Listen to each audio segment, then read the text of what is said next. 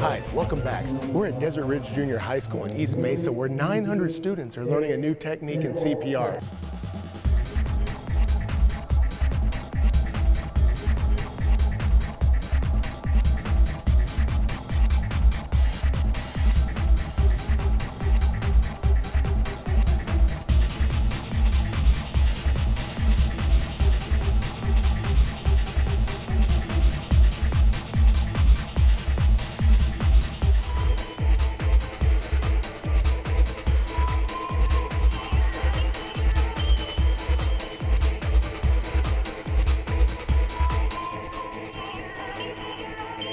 Joining me is my friend Captain John Tobin, who is a paramedic, is helped leading a program here to teach these students this new technique.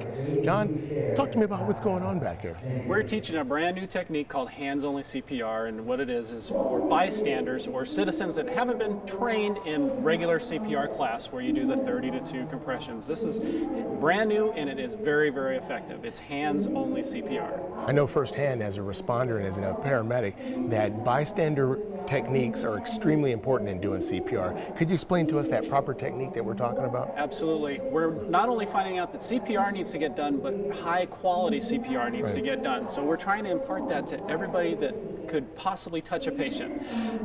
Also, without the bystander's help, the fire department gets there about 4 to 6 minutes away, which is really fast. It's really good, but that 4 to 6 minutes needs something to go on, and this hands-only CPR is what it is. Do you want me to show you what that is? Yeah, you can show me what that technique entails there. We've got a mannequin here that has collapsed suddenly.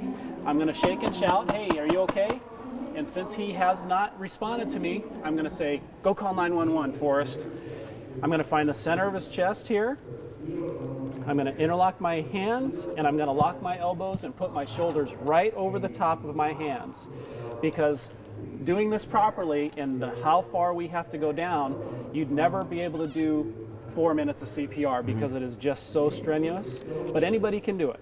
So all you do is you start rocking,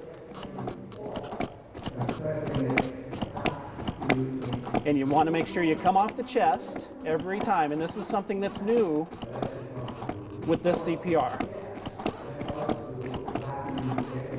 And you just keep going. There's no stopping. There's no breathing in their mouth, because if it is an adult, they have enough oxygen in their system that it'll circulate. So all we have to do is circulate it around. Dr. Gordon Avey and Dr. Carl Kern are the pioneers of continuous chest compression CPR. Both are cardiac researchers at the Sarver Heart Center in Tucson and professors at the University of Arizona College of Medicine. They explain with continuous chest compression CPR, you don't check for a pulse, clear the airway, or do mouth-to-mouth breathing. All you do is pump on the chest. In cardiac arrest, the heart is actually fibrillating and not pumping any blood forward at all. So it's only when you press on the chest that you're squeezing the heart and making a heartbeat. So your chest compression, each chest compression, is their heartbeat. And if you stop for anything, blood flow to the brain stops. These chest compressions should be performed even if the victim is gasping. Gasping is a sign of cardiac arrest.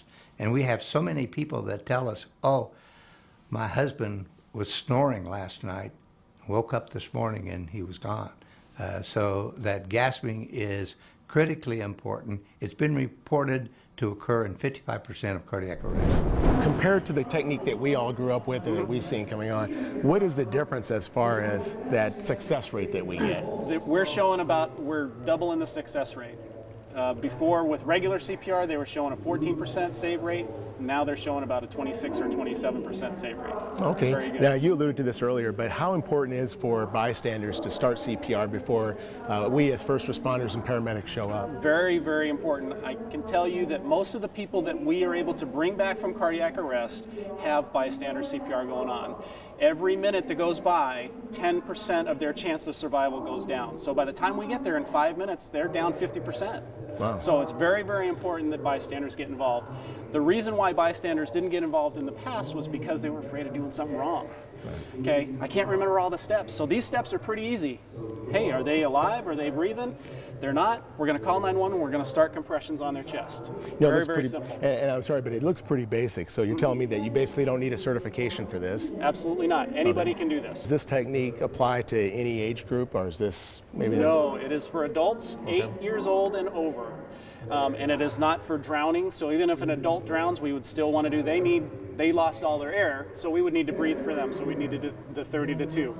On kids, drownings and let's see, traumas, those kind of things, we don't want to do this type of CPR. But if you can't remember anything else, if you do compressions only, you're going to triple that person's chance of surviving. Well, I tell you what, though, as paramedics and EMTs, that is one of the things that we see going on in the field, is that when we have CPR being acted by bystanders, things have just really changed out for the outcome right there. John, I do appreciate your time. Thank you very much.